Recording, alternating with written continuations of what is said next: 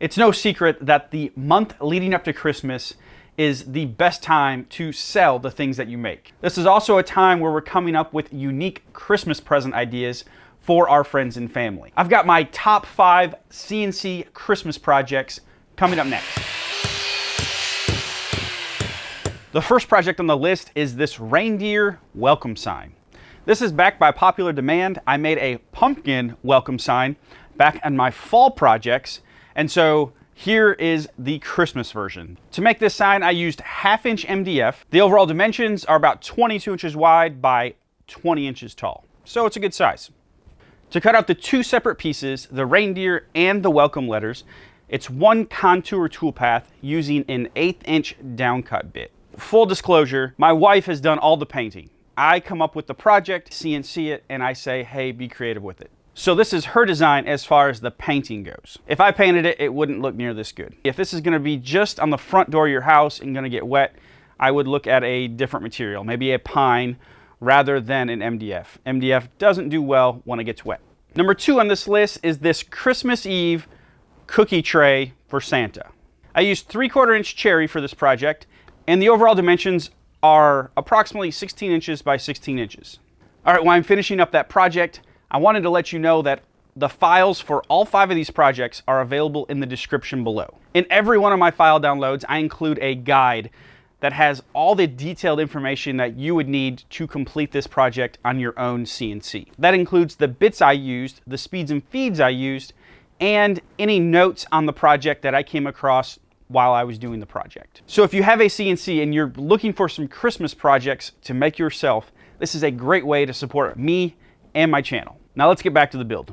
The CNC machining is a little more complex on this one. There's a total of 4 tool paths. I used a tool path in my CAD CAM software called Advanced V-Carving, which basically sets the max depth and also lets you take advantage of pocketing, meaning it reduces the amount of time that V-Carving typically takes.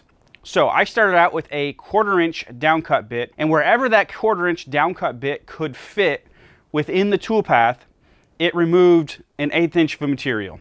And then I switched that out for a 60-degree V-bit, and that gave me the profile on the edges and also carved the areas where the 1/4 inch bit could not fit. I'm not entirely happy with how these smaller letters carved. With a little tweaking, maybe using a 45-degree bit or changing that font out, I think I can make it look a little bit better. And then to wrap it up, I finished it with this food-safe wood finish.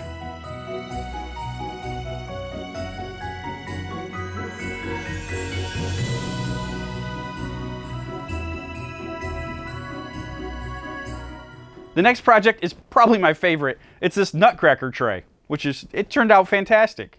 I used 1 inch thick cherry on this project, and the overall dimensions are 18 inches long by approximately 6.5 inches wide. This project also took 4 tool paths.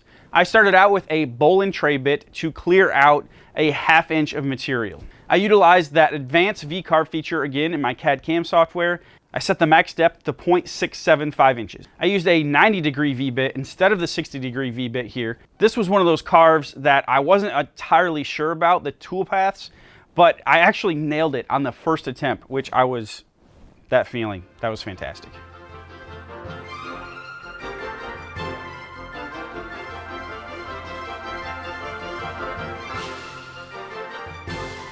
Number 4 on this list is this personalized snowflake ornament.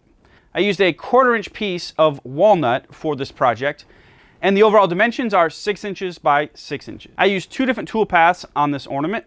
I actually gave this 4 or 5 different attempts, but I learned something new on this project. The best way to carve these really fine, delicate fonts is to use single line fonts. So you actually use a contour tool path with this and set your max depth. I set mine to a 1/16 of an inch, so the V-bit I used, the 30-degree V-bit, will not go deeper than that. I used an 1/8 inch downcut bit to cut out the outside of this snowflake, but if I would have had a 1/16 inch bit, it would have looked even more detailed because it could have got into some of these smaller areas. So if you have a 1/16 inch bit, consider using that. Last but not least on this list is this Gnome Decoration. I used 1/2 inch MDF and his overall height is 12 inches. When it comes to tool paths, this is the simplest project on the list, and it just requires 1 tool path, a contour tool path, to cut all the shapes out. I used the same 1/8 inch bit that I've been using for all the other projects here. You can see you have the main body and the hat, the beard stacks on, and then the feet, and then the nose. Again, my wife painted this, and that is completely up to her and her design because it's going to sit on her shelf. So you can paint it whatever color you want. You can even spray paint it the different layers, and I think that would even look good. Another idea I had, if you're going to sell these, just send people the MDF shapes and then they can paint it themselves. I think that's a really cool idea. All these projects would make great gifts for friends and family, or make them and sell them at your local Christmas market. Feel free to make and sell any of these projects using my files. Head to the link in the description to get all the files for these projects. Thank you so much for watching, and I'll see you next time.